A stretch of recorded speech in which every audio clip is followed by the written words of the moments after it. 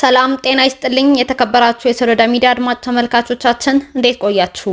ለዕለተ ሐሙስ ያዘጋጀናቸው አዳዲስ ትኩስና ወቅታዊ መረጃዎቻችን ይዘን ቀርበናል። መረጃዎቻችን እየተከታተላችሁ እስከ መጨረሻው ከኛ ጋር እንድትቆዩ ከወዲሁ በአክብሮት ጋብዛለሁ።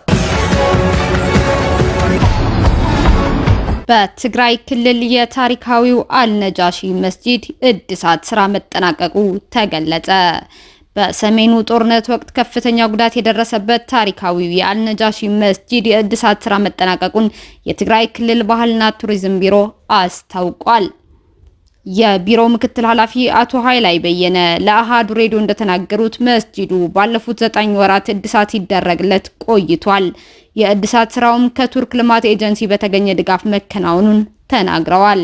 አክለውም በአሁኑ ጊዜ ከመስጂዱ የተዘረፉ ቅርሶችን ቁጥር የማጣራት ስራ እየተሰራ ነው ሲሉ ገልጸዋል። ይህም በግጭቱና በተፈጥሮ አደጋዎች ከፍተኛ ውድቀት ያጋጠመውን የትግራይ የቱሪዝም ዘርፍ ለማነቃቃት እየተካሄደ ያለው የመልሶ ማቋቋም ሰፊ እንቅስቃሴ አካል መሆኑን አመላክተዋል። በተጨማሪም በትግራይ ክልል በጦርነትና በክረምቱ ከባድ ዝናብ ምክንያት ከፍተኛ ጉዳት የደረሰባቸውን በርካታ ቅርሶች የማደስና የመገንባት ስራ እየተሰራ መሆኑንም ጠቁመዋል። ከአፍሪካ ጥንታዊ እስላማዊ ቅርሶች ውስጥ አንዱ የሆነው የአልነጃሺ መስጂድ ጥልቅ ታሪካዊና ባህላዊ ጠቀሜታ አለው ያሉት ምክትል ኃላፊው የተሃድሶ መጠናቀቅ ክልሉ ከጦርነት ውድመት ያገገመ ለመምጣቱ ማሳያ ነው ብለዋል። በትግራይ ክልል ከውቅሮ ከተማ 11 ኪሎ ሜትር ከአዲስ አበባ 800 ኪሎ ሜትር ርቀት ላይ የሚገኘው አልነጃሺ መስጂድ በእስልምና እምነት ተከታዮች ዘንድ ከፍተኛ ቦታ የሚሰጠው ታሪካዊ መስጂድ መሆኑ ይታወቃል። ሻዕቢያ የትግራይ ገበሬዎች ከብቶች እየቀማ መሆኑ ተገለጸ።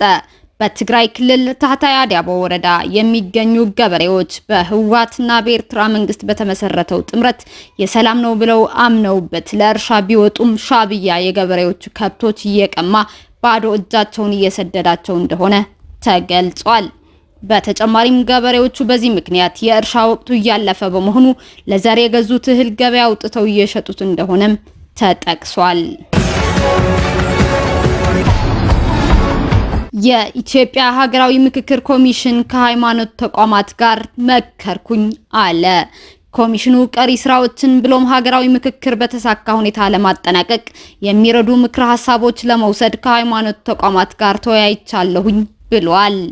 የመክፈቻ ንግግር ያደረጉት የሀገራዊ ምክክር ኮሚሽን አምባሳደር መሐመድ ድሪር በርካታ እሴቶች ባሏት ኢትዮጵያ የሃይማኖት ተቋማት ከፍ ያለ አበርክቶ እንዳላቸው ገልጸዋል።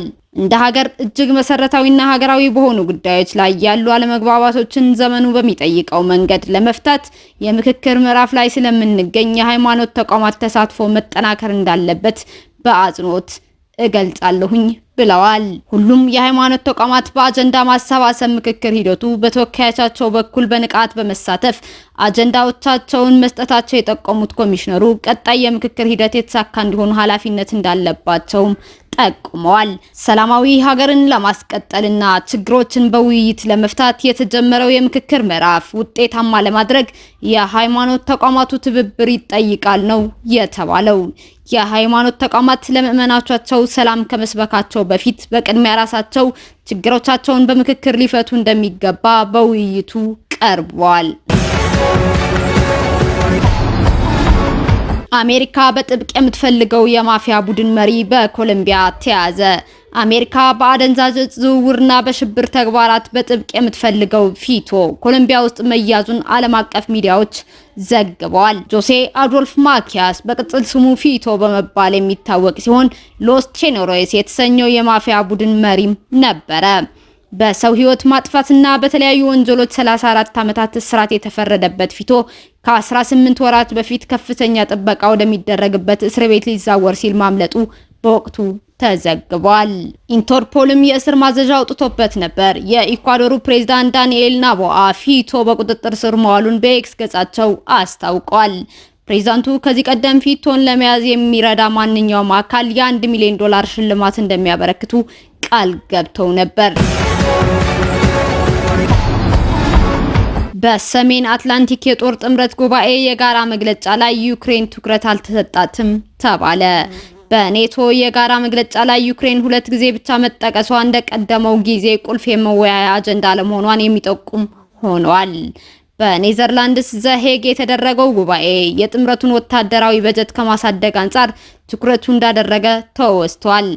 በአባል ሀገራቱ መካከል ያለውን የመከላከያ ትብብር ስለማጠናከርም በሰፊው ጉባኤው መክረዋል።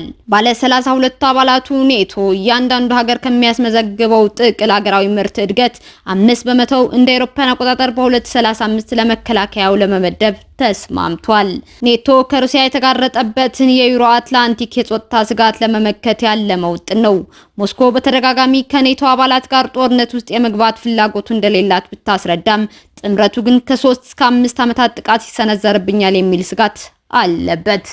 የሰሜን አትላንቲክ የጦር ጥምረት እንደ አውሮፓውያን አቆጣጠር በ1949 በ12 ሀገራት ሲመሰረት አንደኛውና ቁልፍ ዓላማው የዛኔዋን ሶቪየት ባለችበት ማስቀረት እንደነበር የሚዘነጋ አይደለም። ዘገባው የአርቲ ነው። ህንድ ከ41 ዓመታት በኋላ የመጀመሪያውን የጠፈር ተመራማሪ ወደ ህዋ ላከች። ህንዳውያን ጠፈርተኞችን ጨምሮ ከብዙ ሀገራት ሰራተኞች ጋር የጀመረው የአክሲዮም 4 አክስ4 ተልዕኮ በተሳካ ሁኔታ የጀመረበትን በዓል ሲያከብሩ ቆይቷል። ተልዕኮውን በመምራት ላይ ያለው የቡድን ካፒቴን ሹብሃንሹ ሹክላ ወደ ጠፈር የተጓዘ ሁለተኛው ህንዳዊ ሆነዋል። ከ26 ሰዓታት በላይ ባለው ጉዞ ውስጥ መንኮራኩሯ በዓለም አቀፍ የጠፈር ሳቢያ ISS ስትደርስ የቡድን ካፒቴን ሹክላ የናሳን ምህዋር ላብራቶሪ ሲጎበኝ የመጀመሪያው ህንዳዊ ይሆናል። ይህ የጠፈርተኛው ጉዞ የተደረገው ኮስሞናዊት ራኬሽ ሻርማ እንደ አውሮፓውያን አቆጣጠር በ1984 በሩሲያ ሶዩዝ ተሳፍሮ ወደ ጠፈር በመብረር የመጀመሪያው ህንዳዊ ከሆነ ከ41 ዓመታት በኋላ ነው። በቀድሞው የናሳ የጠፈር ተመራማሪ ፔጊ ዊትሰን ጉዞ ተመርቷል። ፔጊ ዊትሰን የISS 2 ጊዜ አዛዥ የነበረ ሲሆን የጠፈር አርበኛ በመሆን ከ675 ቀናት በላይ በህዋ ላይ አሳልፏል። 10 የጠፈር ጉዞዎችን አድርገዋል።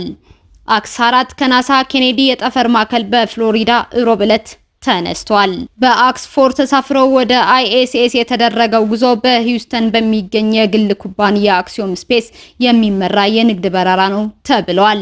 በናሳ የህንድ የጠፈር ኤጀንሲ ኢስሮ እና የአውሮፓ ጠፈር ኤጀንሲ ኢሳ መካከል ትብብር እንዳለም ተገልጿል። የጠፈር ተመራማሪዎቹ ትናንትና ሮብ ዕለት ጉዞ ከመጀመራቸው በፊት ሳምንታትን በለይቶ ማቆያ ክፍል ውስጥ አሳልፈዋል። የተከበራችሁ የሶሎዳ ሚዲያ አድማጭ ተመልካቾቻችን ለዕለቱ መርጠን ወደ እናንተ ያቀረብናቸው መረጃዎቻችን እስካሁን ስትከታተሏቸው የቆያችሁ ይመስል ነበር። እስካሁን ከኛ ጋር አብራችሁን ስለነበራችሁ እያመሰገንኩኝ በሌሎች መረጃዎች እስክንመለስ እንደተለመደው የሶሎዳ ሚዲያ ቤተሰብ በመሆን ላይክ፣ ሼር፣ ሰብስክራይብ ማድረጋችሁን አትርሱ። አዳዲስ እና ወቅታዊ መረጃዎቻችን በቶሎ እንዲደርሷችሁም የደወል ምልክቷን ይጫኑ።